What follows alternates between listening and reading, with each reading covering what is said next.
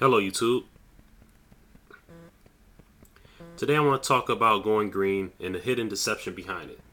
Microsoft, the world's biggest software company, marks Earth Day by publicizing how it's trying to reduce the energy devoted to all computing it's enabled.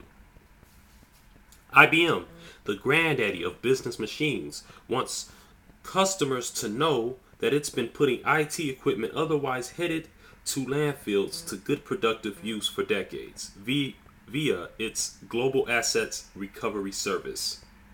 And Dell, the computer company, it diverted 150 million pounds of electronics from landfills in 2011 fiscal year, which actually ended in January 29th.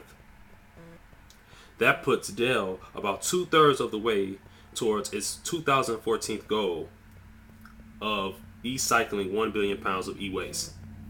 Best Buy says it recycles more electronics than any other retailer in the US with a volume it measures at 387 pounds every minute. Philips, the Dutch lighting giant, has chosen Earth Day to highlight its new Eco Vantage light bulb. Sprint, more eco-friendly phones, which last week launched its first Android phone, the Replenish, built with recycled materials and energy. Efficient operation in mind, Sprint's other green phones include the Samsung's Reclaim and Restore and LG's Remark with a Q. All right, and Verizon Wireless, Earth Day means boasting about how many of its stores have won Environmental Protection Agency Energy Star certification to date. That's 85 according to a Wednesday release. Okay? And that's what these big high-tech companies have done for Earth Day. Basically, trying to sell you more stuff, trying to advertise and boast about how clean they are. Okay? The thing is that a lot of these companies lobby. They got lobbyists within the government, and they're trying to get their way. And the government is very tricky. For many may remember President Woodrow Wilson as the president that sold his country out to a banking cartel called the Federal Reserve. What many may not know is that once in office, Woodrow Wilson appointed a number of Southern Democrats to his cabinet. These men proceeded to push for segregation of black and white employees in their departments. Wilson did not oppose this practice. To quote, at a cabinet meeting earlier in the administration, Southern members expressed their concern over alleged friction between Negro and white government employees. Postmaster General Albert S. Burleson, a Texan, proposed segregating the race to eliminate the supposed problem.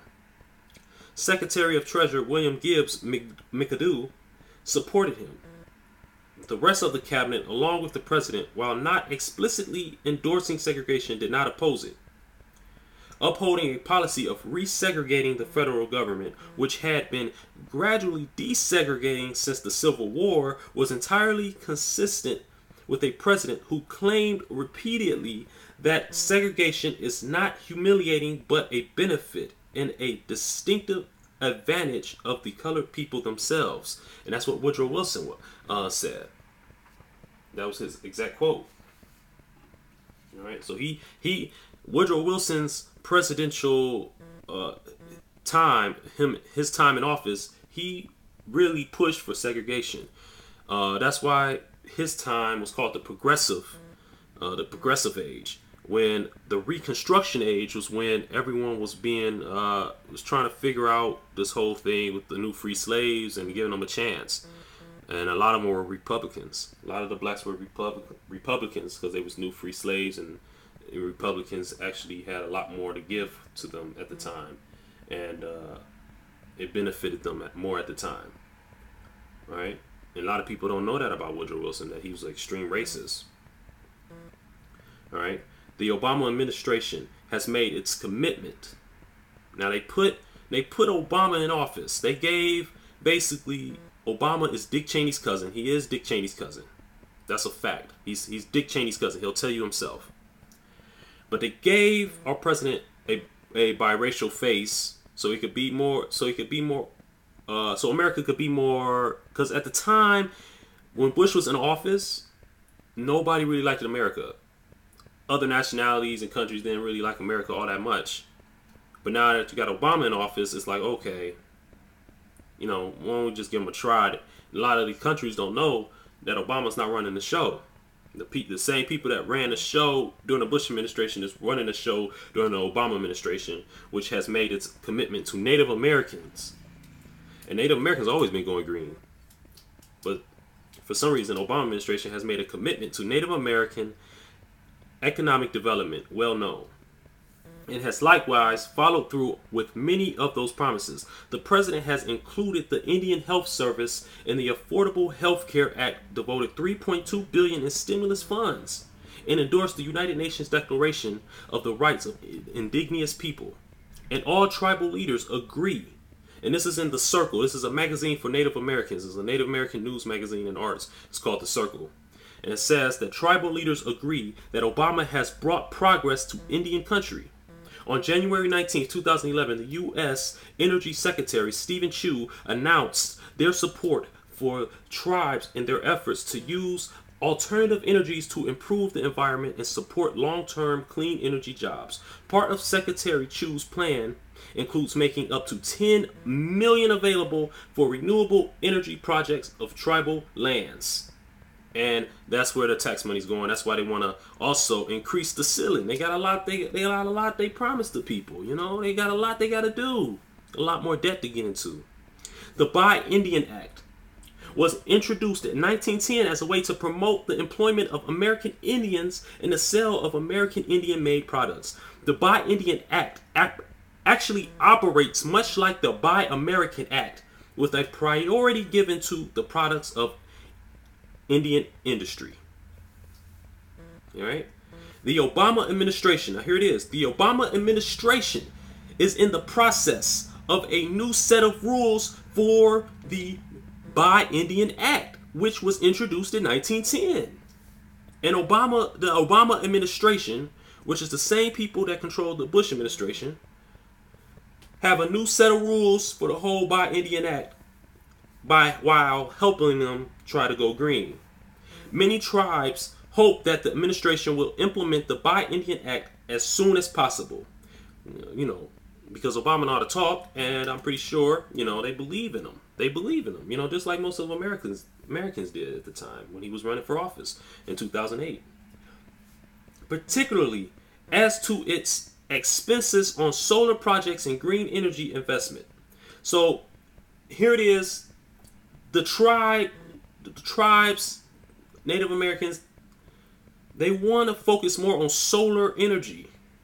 All right, and that's what they hope that the Obama administration is going to do. And of course they're going to do that, because that's part of the green thing. But they also, it's a manipulation as well. And they're going to do that. They're going to give you the solar energy, all right, while also implementing a lot of the tech companies and you know, I'm gonna just let you know this right here. Wall Street and computer tech companies like Google heavily endorsed Obama in his 2008 campaign. In the Fortune magazine, that's the Fortune magazine, November 2009 issue titled Obama and Google, a Love Story. Look that up. A Fortune magazine, November 2009 issue titled Obama and Google, a Love Story, states how Obama has many ties with giant search engine Google, and how Google plans to bring out its agenda of success through Obama. All right, and that's within the Fortune magazine. Look that up. Look it up. I'm not lying to you. I am not lying to you. But the only true way to go green is the Amish way. For the Amish may shun cell phones, radio, and TV, and ride around in black horse buggies with solar-powered lanterns. But they were green long before going green was cool. Back in 1920, Amish leaders rejected the notion of connecting up to a national power grid as too worldly, but permitted low voltage current provided by individual gas generators, which is why you won't find microwaves and washers and dryers in Amish homes, but might encounter a small 15-watt light bulb. In the wake of high fuel prices, these high gas prices, the Amish have figured out what we all should know. That in the long run, harnessing the free, clean power of sun, solar power, the sun, and wind makes more sense than paying for dirty fossil fuels. From the lush farmlands of Lancaster County to the farmlands of Ohio, they are going green the Amish way by enthusiastically embracing the latest in solar and wind technology. So the best way is to go green. The best way to go green is doing it the Native Indians, the Native Americans way, or the Amish way. But the Native Americans are being fooled, by the Obama administration. Obama administration saying, "Hey, we're gonna help you go green," and they're saying, "Okay." Who's gonna be mad at that? Especially Native Americans, they don't see nothing wrong with that. But it's very, very tricky. Very, very, very tricky. Very, very, very tricky is the government. As we went back to Woodrow Wilson. All right, I referred to Woodrow Wilson. A lot of people didn't know that about Woodrow Wilson. Now it's open. A lot of people are talking about it now. A lot of people may not know this about Obama or the next president that comes in office. But that going green, a lot of people don't know about the going green party. But it's a hidden party. It hides.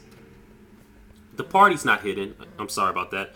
But it hides its true basic meaning of being a party, which is to bring out a more technological world.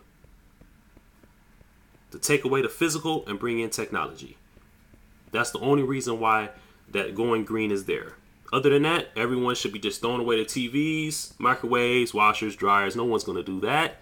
Why? Because no one really truly wants to go green. No one wants to go green. The Amish are the ones that the government's going to have a hard time trying to force to go green. Their way.